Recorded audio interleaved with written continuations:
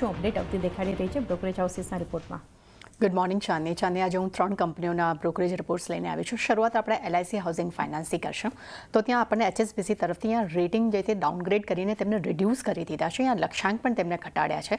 તેમને લક્ષ્યાંક 740 રૂપિયા પ્રતિ શેરથી ઘટાડીને 590 રૂપિયા પ્રતિ શેર કર્યા છે. તેમનું માનવું છે કે કંપનીના લોન ગ્રોથમાં એક સારું એવું નરમાશ જોવા મળી છે. સાથે માર્જિન છે તેમાં પણ એક દબાણ જોવા મળ્યું છે.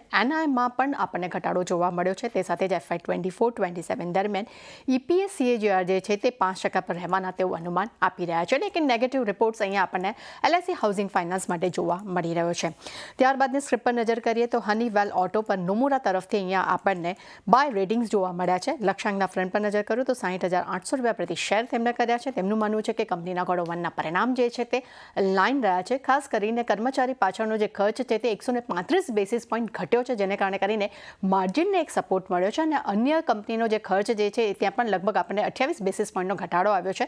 તેને કારણે કરીને માર્જિન્સ જે છે 213 બેસિસ પોઈન્ટ વધતા જોવા મળ્યા છે અને 100% પર માર્જિન્સ આવતા જોવા મળ્યા છે. અને તે સાથે જ ભારતમાં ખાસ કરીને ઓટોમેશન મેગાટ્રેન્ડ્સ છે તેના પર કંપની વધુ ફોકસ હવે આપી રહી છે. એટલે ઓટોમેશનમાં કંપની ફોકસ આપી રહી છે, જેનું આવનારા સમયના બિઝનેસ ગ્રોથમાં પણ એક સારું ઇમ્પેક્ટ જોવા મળી શકે છે. એટલે અહીંયા આપણે એક પોઝિટિવ બ્રોકરેજ રિપોર્ટ જોવા મળી રહ્યો છે. અને ત્યારબાદ છેલ્લા કાઉન્ટર પર નજર કરીએ મેરિકો પર આપણને મોર્ગન સ્ટેનલી તરફથી અહીંયા ઇક્વલ વેટ રેટિંગ આવતા જોવા મળ્યા છે. લક્ષ્યાંક તેમને 596 રૂપિયા પ્રતિ શેર કર્યા છે. તેમનું માનવું છે કે કંપનીના Q1ના પરિણામ જે છે તે લાઇન રહ્યા છે. પોઝિટિવ કમેન્ટ્રીની એક પોઝિટિવ ઇમ્પેક્ટ રિઝલ્ટ્સ પર પણ જોવા મળી છે.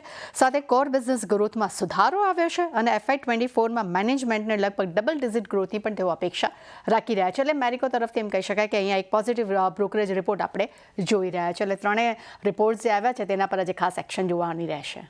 જી, તૃપ્તિ, આભાર.